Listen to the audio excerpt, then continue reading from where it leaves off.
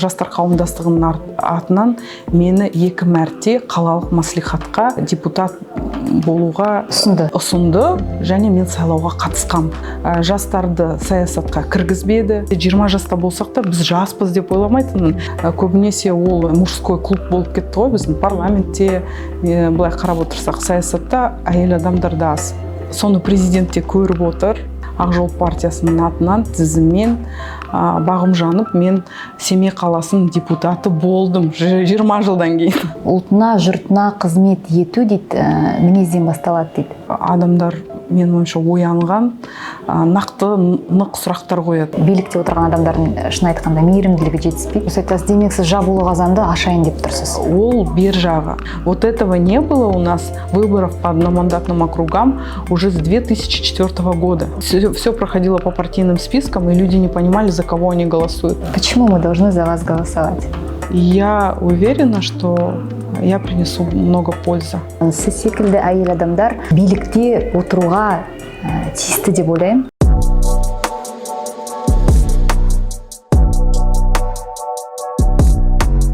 Сәлеметсіздер ме, құрметті көрермендер. Бүгінгі біздің эфир сөз сұхбат алаңында өтеді.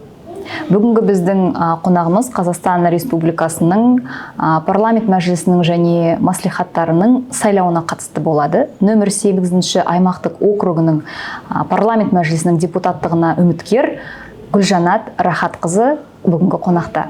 Сәлеметсіз бе, Гүлжанат? Сәлеметсіздер. Енді Гүлжанат жайлы қысқаша айта кетсем, Гүлжанат ханым бізде Семей қаласының тумасы, кіндік қаны тамған осы жер, өсіп, тәрбие, білім алған жері де Семей қаласы. Және Гүлжанат көптеген жобаларда үйлестіруші болып істеді. Гүлжанат Рахатқызы бүгінгі таңда оқу және даму орталығының, Центрум деген орталығының жетекшісі. Енді ары қарай өзі жайлы өзіңіз таныстырып кетсеңіз. Я рахмет сұхбат алаңына шақырғандарыңызға. Мен Семей қаласының тумасымын, биыл 40-қа толамын. Сол есімді білгеннен Семейді ғана білемін. Семейде тудым, өстім, жетілдім. Бірнеше оқу орындарында оқыдым. 9-шы сыныптан кейін геологиялық барлау колледжінде оқыған болатын. Одан кейін бірінші мамандығым заңгер, заң институтында оқыдым. Екінші мамандығым экономикалық ғылымдар магистрымын. Бұл қалада әртүрлі қоғамдық ұйымдарда, одан кейін жеке частный бизнесте, құрылыс саласында заңгер болып жұмыс істедім. Отбасылы болдым, 2 бала тәрбиелеп отырмын. Керемет. Енді сіз неге парламентке депутаттыққа баруға сондай шешім қабылдадыңыз? Мен әрқашанда өте белсенді болдым. Жас кезімнен. Қоғамдық жұмыстармен көп айналыстыңыз? Қоғамдық жұмыстармен көп айналыстым. Студент кезімде сол заң университетінде дәріс алып жүргеннің өзінде ол кезде «За будущее Казахстана» деген жастардың ұйымы болды. Соған кіріп, белсенділігімді көрсеттім. 1 жылдың ішінде соның жетекшісі болдым. Одан кейін қаладағы әртүрлі жастардың ұйымдарымен таныса бастадық. Ол көңілділер клубы, дебат клубы, сол кезде 2000-шы жылдардың басында солар өте өзекті болды.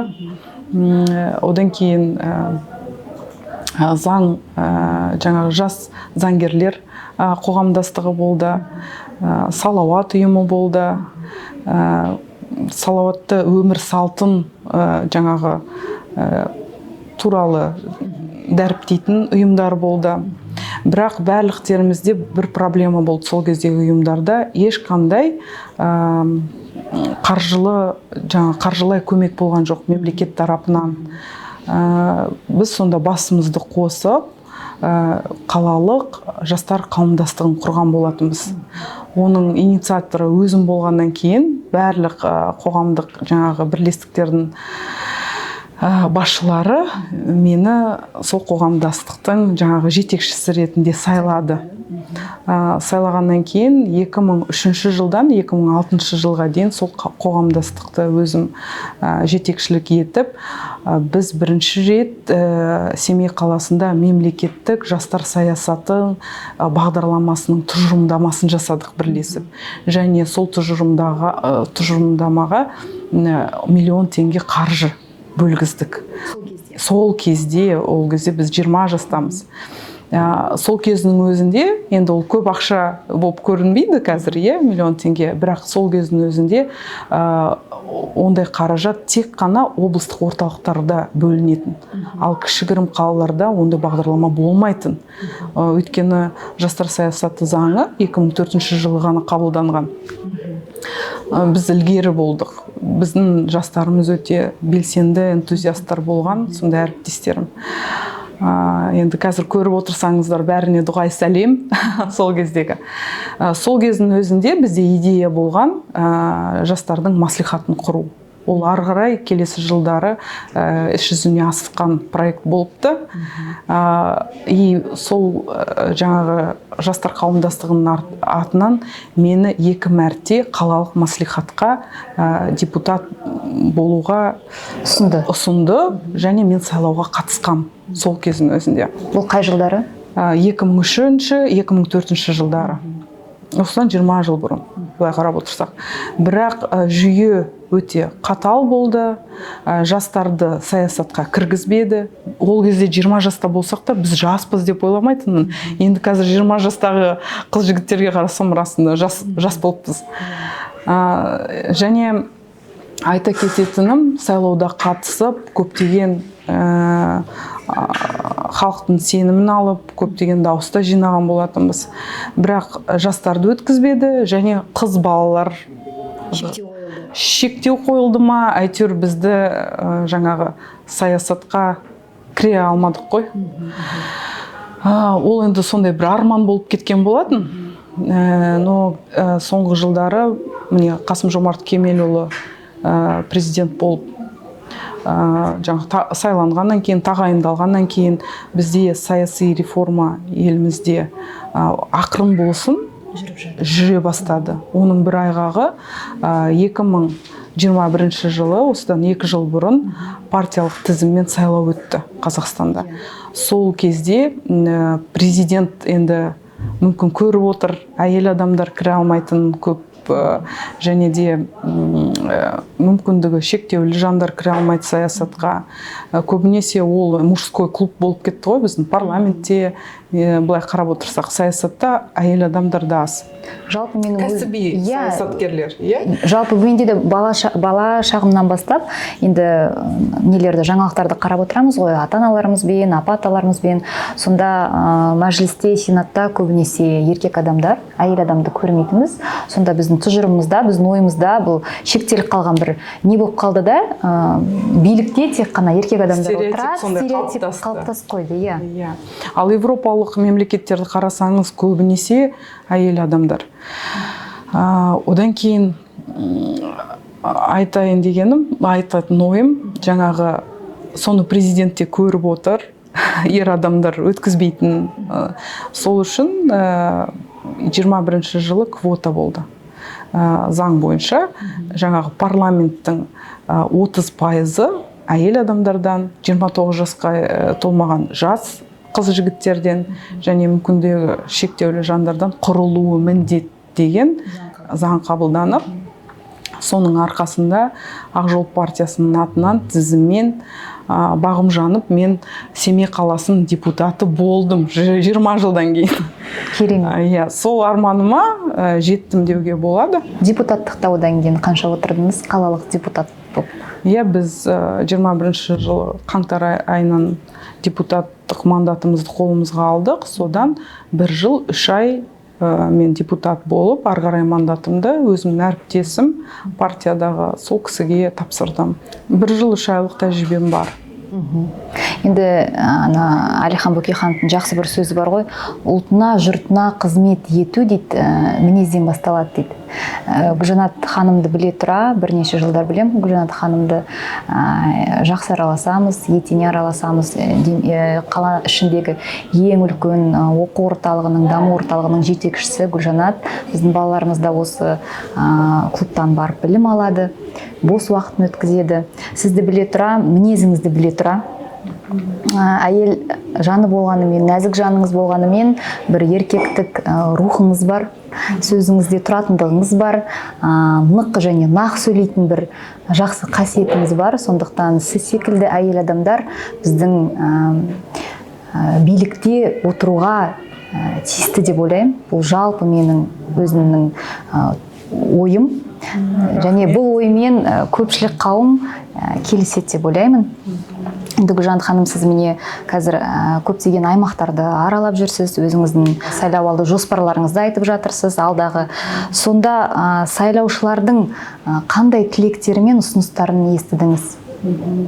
Біз міне сайлау науқаны басталғаннан бері белсенді түрде өзіміздің партиямыздың, Ақ жол партиясының бағдарламасымен және өзім бір мандатты округтен кандидат болғаннан кейін өзімді таныстырып жатырмын. Өйткені Семей қаласының тумасы болғаннан кейін мен мұнда біраз адам таныса да, аймақтарда, аудандарда мені аз таниды.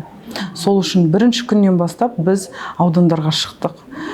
Көкпекті ауданын, одан кейін Ақсуат, Аягөз, Ұржар.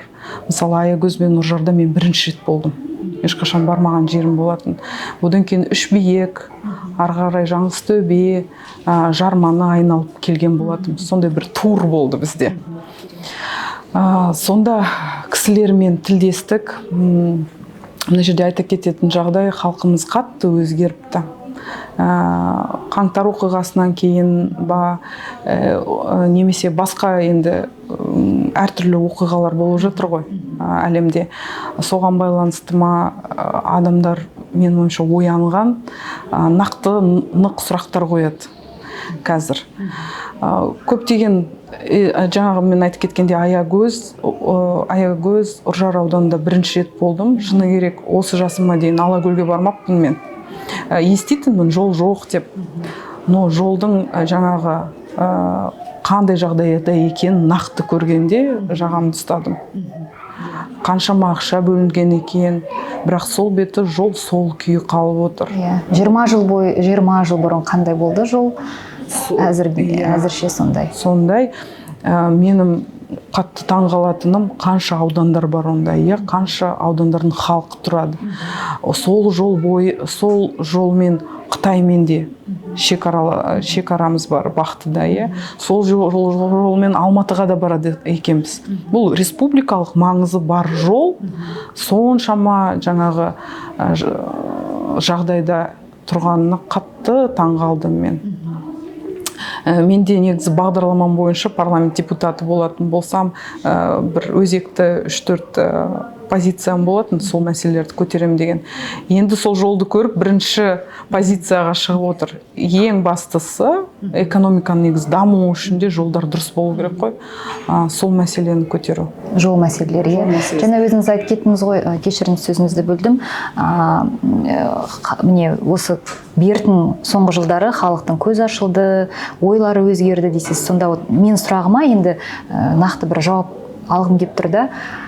Ең өзекті мәселе адамды толғандыратын, ойландыратын қандай 1-2-3 тілектері халықтың қандай болды аймақ аралап жүргенде? Өзіңіздің жадыңызда сақталған, жүрегіңізге батқан? Ол кішігірім кәсіп орындардың, зауыттардың жоқтығы, жұмыс орны жоқ. Жас жаңағы отбасылар, жас семьяға жұмыс жоқ. Көбінесе жұмыссыздық мәселесі. Екіншіден ол жаңағы табыс аз. Табысымыз білесіз, жалақының төмендігі. Қазір барлық бағалар күрт өсіп жатыр, күннен күнге дейін. Алатын жалақы жетпейді. Ал кейбір адамдар, мысалы, маған 2 сайлаушым, қазір айтпаймын қай мектептен, сол аудандардағы төменгі звенода жұмыс жасайтын техничкалар, мысалы, алатын жалақысы 72 мың теңге. Мысалы, 72 мың теңге деген ол енді түкке жетпейді ғой, түкке жетпейді. Сондықтан жалақыны көтеру керек. Оны месячный расчетный показательге байламау керек. Біздің партиямыздың бағдарламасында сол туралы сөз қозғалып отыр. Потребительская корзина дейміз ғой.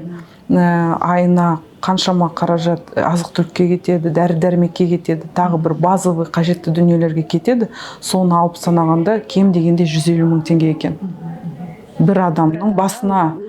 Иә, вот сондай сол бағаға көтеріп барып, сол бағамен ары қарай санау керек.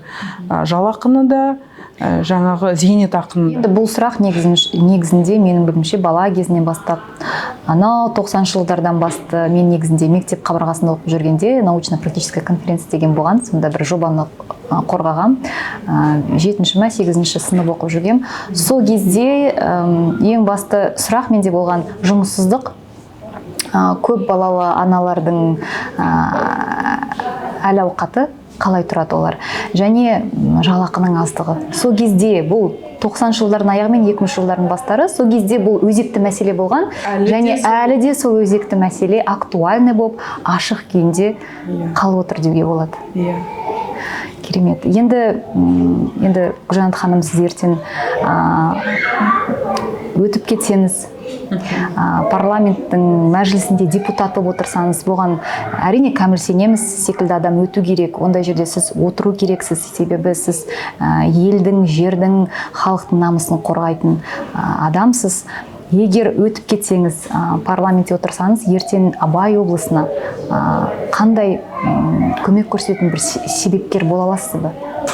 Енді болуға тырысамыз ғой. Халықтың аманатын алғаннан кейін ол сұрақтарды көтеріп, тиісті заңнамаларды шығару ол әр депутаттың міндеті болады. Одан кейін мына жерден кішкене ауытқып кетсе, мен сайлаушыларыммен кездесу кезінде біз 30 жыл бойы сайлап келеміз, бірақ сайланып кеткен депутат бір көрінеді де сайлау науқанында, одан кейін жоқ болып кетеді деген айыпта тағылып жатыр. Менің айтарым, мен ондай депутат болмаймын. Мен әрқашанда жаңағы хабардар боламын. Елмен қатар жүресіз ғой? Иә, елмен қатар жүрміз де. Иә, бізге негізінде сол жетіспейді. Билікте отырған адамдардың шын айтқанда мейірімділігі жетіспейді. Былайша айтқанда, қазақ бекер айтпаған, әйел адам бір қолмен бесік тербетеді, бір қолмен әлемді тербетеді. Қазақ халқының сөздері де керемет. Енді сіздің сұрағыңызға жауап берейін. Енді біз экологиялық жаңағы, то есть мы регион экологического бедствия, орысша айтқанда. Бірақ сол Семей ядролық полигон сынағына қатысты заңнамамыз тоқтап тұр. 97 жылы тоқтап қалды да, содан бері ешқандай жұмыс істемейді. Соны жаңа заң қабылдап тастаймын деп уәде бермей қояйын, бірақ сол кездегі заңның кейбір баптарын іс жүзіне асыру керек деп ойлаймын. Ол жаңағы зейнетақыға полигоны удостоверениесі бар кісілер, адамдар, біздің өңірдегі жаңа сәулені қанша қабылдады, қанша ауруға шалдықты, сол кісілер ертерек көбі өмірден өтті ғой. Енді қазіргі біздің әке-шешелеріміз, апа-аталарымыз тезірек жаңағы 55 жасында әйел адамдар зейнетке шығуы, және де ер адамдар 60 жасында зейнетке шығуын көтергім келеді. Жылына бір рет санаториялық жаңағы курорттық оңалту, демалу орындарына баруды, сондай әлеуметтік мәселелерді көтергім келеді. Және де сіз білесіз, Малика, бізде полигонские выплаты тек қана бюджеттік салада істейтін қызметкерлер ғана алады, немесе үлкен кәсіпорындар алады. Ал жұмыссыз адамдар, тем более жаңағы зейнеткерлер, жеке кәсіппен айналысатын адамдар ешқандай төлемақы алмайды. Сол сұрақты енді бәріне беру мүмкін мүмкін емес шығар, ол қарау керек, мемлекеттің бюджетін, но зейнеткерлерге қосымша зейнетақысына қосып төлеу керек. Өйткені олардың зейнетақысының барлығы дәрі-дәрмектен асып кетті. Дұрыс айтасыз. Демек сіз жабулы қазанды ашайын деп тұрсыз. Ол бер жағы. Негізі біз партиямызбен осы жердегі әріптестерім облыстық мәслихатқа қазір бара жатыр. 5 адам. Одан кейін аудандарда кандидаттарымыз бар. Біздің ортақ жаңағы мақсатымыз Семей аймағын, Абай облысын жаңағы ашық экономикалық аймақ жасау. Абай облысында? Облысында. Одан кейін логистикалық дамыған орталық жасау. Біз өткен 9 жолдың торабындамыз. Біздің аэропортымыз, портымыз болу керек. Жібек жолы. Біздің жаңағы темір жол, автокөлік жолдары барлығы дұрыс жұмыс жасаса, экономикамыз дамиды. Және де тағы бір тұжырымдамамыз, біз мәдени, тарихи, туристік орталыққа айналуымыз керек. Біз қанша тарихы терең, біздің әр тасымыз тарих үндеу болып жатыр. Бесқарағайға кеше ғана барып келдік. Елікті көрдік қой, алдымызда еліктер өтеді. Сондай табиғаты бар, бай табиғаты бар. Біз сонымен ақша табуға да болады аймағымызға. Яғни біздің экономикамызды туризммен де көтеруге болады. Сондай сервисті дамыту керек деп ойлаймын. Біздің сол партиямыздың жергілікті жердегі сондай бағдарламамыз сол көтеріп жатқан. Керемет. Жалпы біздің қазақ халқы бұл салт дәстүрге бай, ұлттық қасиеттері терең халықпыз ғой. Жалпы Семей өңірі, Шығыс Қазақстан облысында Семей өңірі киелі жер, қасиетті жерлердің бірі. Көптеген дана, балуан, үлкен ұлағатты адамдар осы киелі Семейдің топырағынан, өңірінен шыққан. Ұлттық құндылықтар қазіргі күнде ақырындап жойылып бара жатыр. Оны сіз де білесіз, біз де білеміз. Солардың жойылмауына қандай көмек көрсете аласыз, немесе жолдар таба аласыз ба, егер сіз парламентте отырсаңыз? Негізгі міне соңғы 1 жылдың ішінде негізі еліміздің қазір көзі ашылып, ұлттық құндылықтарға бет бұрып жатырмыз біз, Малика. Ол жойылып бара жатқан жоқ. Қазір керісінше рухымыз көтеріліп келе жатыр. Әртүрлі әлемде болып жатқан себептерге байланысты. Семей қаласында мысалы мәслихат депутаты болып жүргенімде біздің сессияларымыз бәрі орысша өтетін, шыны керек. Ал қазірдің өзінде облыстық қоғамдық кеңестің мүшесімін. Бізде қоғамдық кеңес толыққанды қазақша өтеді. Міне 1 жылда өзгеріс. Одан басқа да сол мәселелерге біз қазір жаңағы зейінімізді сала бастадық. Әрине, бұрын біз экономика, одан кейін саясат дейтінбіз, осы 30 жыл бойы. Енді қазір елімізді жоғалтып алмас үшін бірінші ұлттық құндылық, тіл, дін деген дүниелер дұрыс таба алмай, ары қарай біз дұрыс дами алмайтынымызға мен мысалы өзімнің көзім жетіп отыр. Рухани байымай, материалды байымаймыз.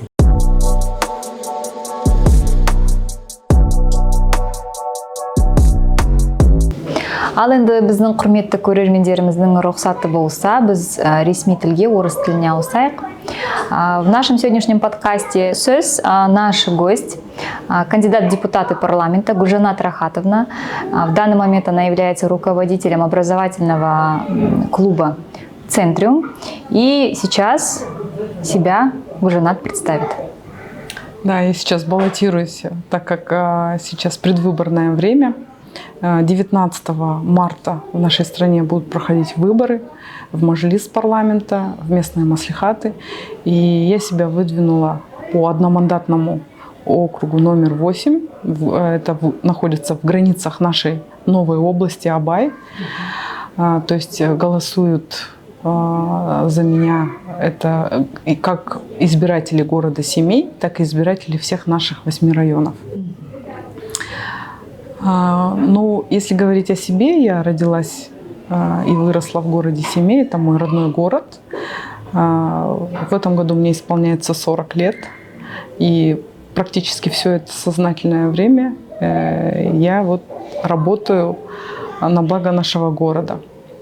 Активно в юности занималась общественной деятельностью в молодежном направлении.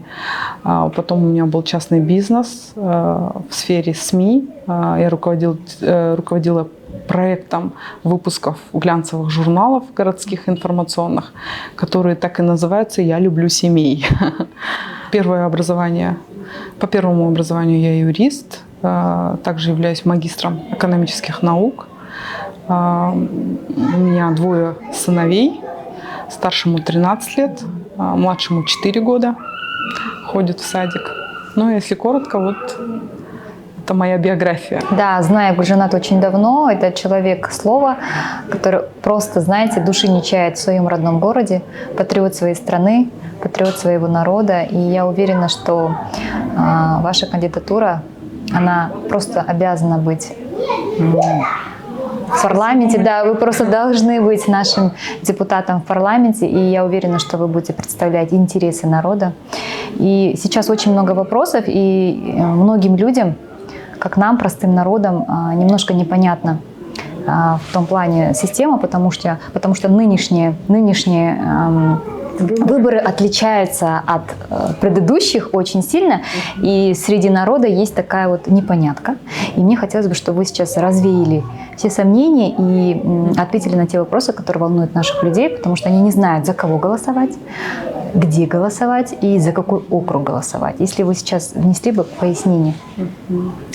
Во время выборов 19 числа каждый избиратель в руки получит 5 бюллетеней. Вопрос, почему так много?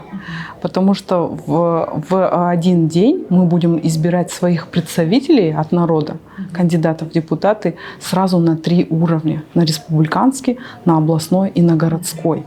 И они, соответственно, делятся по территориальным округам. К примеру, если депутат городского маслихата, их у нас 23. То есть город разделен на 23 избирательного округа. Мелкие, допустим, район Новостройки и Заря. Это один округ. Я сейчас не скажу вам, под каким он номером. Вот надо позаботиться и узнать, какой это округ. Потому что вы узнаете, соответственно, кто идет кандидатом по этому округу. И будет представлять и поднимать в местном маслихате вопрос благоустройства новостройки и поселка Заря, допустим, да? В областной маслихат тоже 30 человек.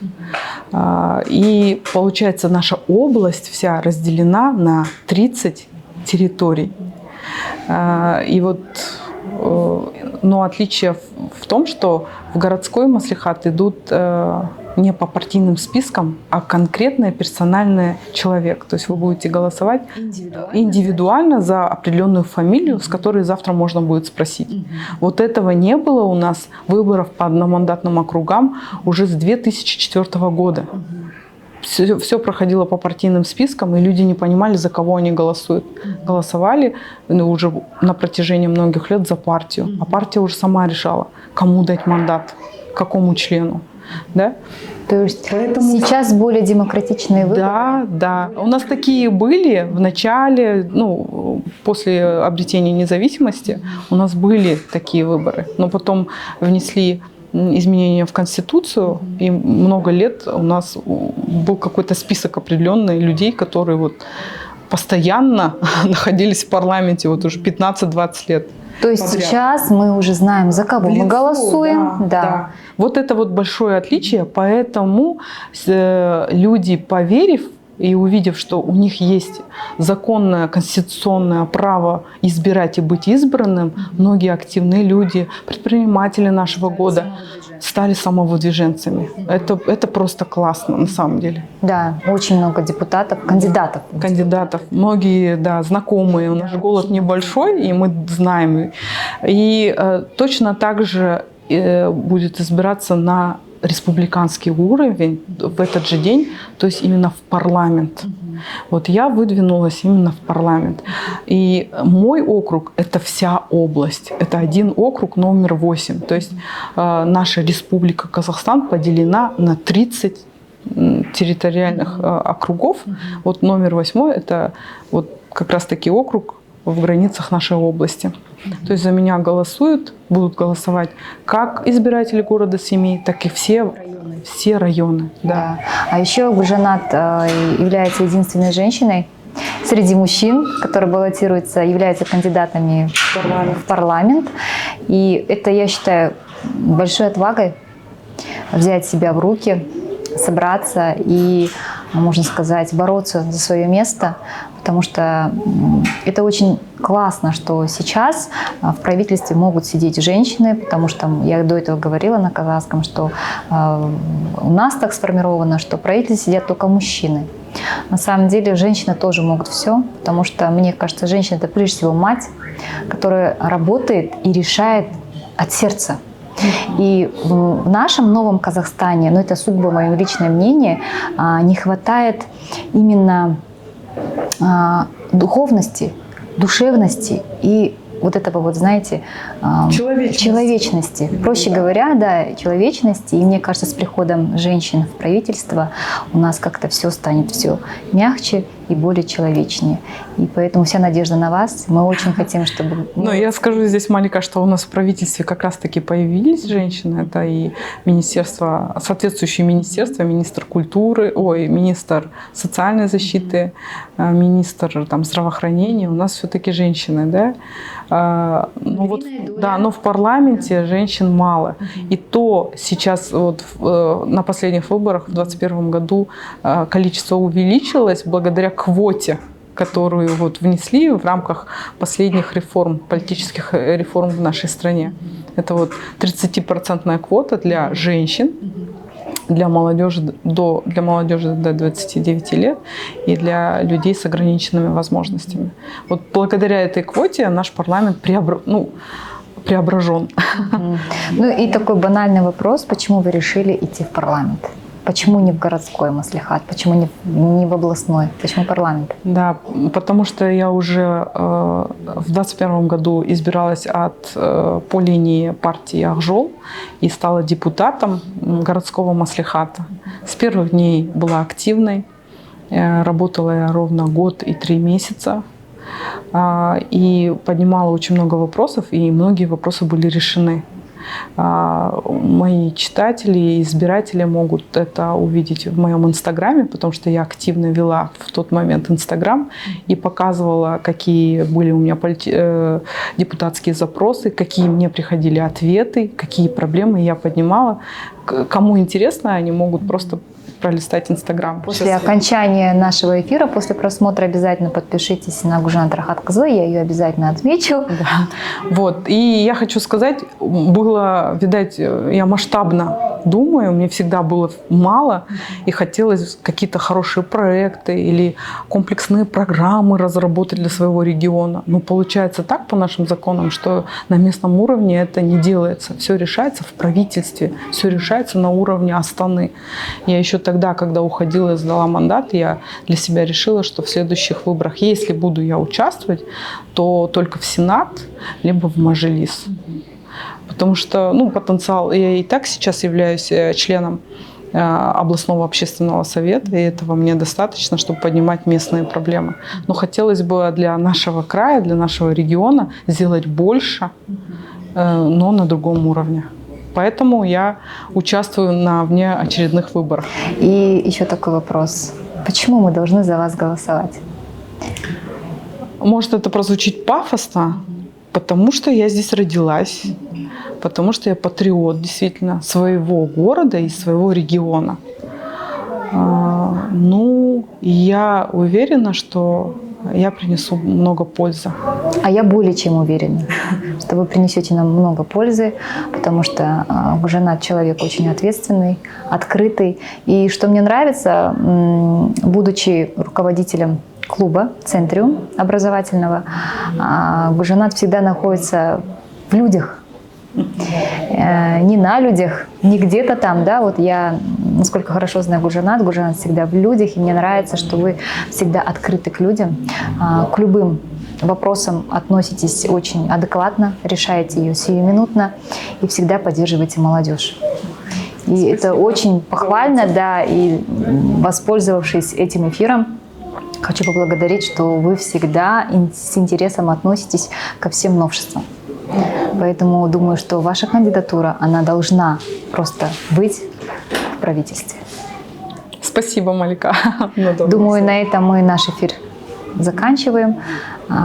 Голосуем за Гужанат Рахаткызы. Призываю поддержать мою кандидатуру. Уважаемые жители, избиратели области Абай, приходите на выборы 19 числа. Мне кажется, что эти выборы будут особенными. Вы видите, сколько кандидатов, какая большая конкуренция. Давно такого не было. Впервые в истории. Да, но если еще и со стороны электората будет проявлен соответствующий интерес, и люди сделают свой осознанный выбор, а потом будут спрашивать с этих депутатов, наверное, только тогда у нас в стране изменится что-то в положительное, более качественное. То есть только так мы можем что-то изменить, через выборы. Один в поле не воин. Конечно. И если в парламенте будут 30 человек изберутся с одномандатных округов, без партий, как бы многие непартийные, то уже можно влиять на многое. Это не один человек, это 30 человек из 100, это треть целая. Можно многое, то есть политика может измениться. Соответственно, требования будут к правительству более жестче. И самое главное в ближайшее время все поправить. То, что у нас, наши слабые звенья в стране. Поднимать страну. Поэтому, дорогие читатели, зрители, жители города Семей, в целом области Абай, призываю вас сделать правильный выбор. До свидания.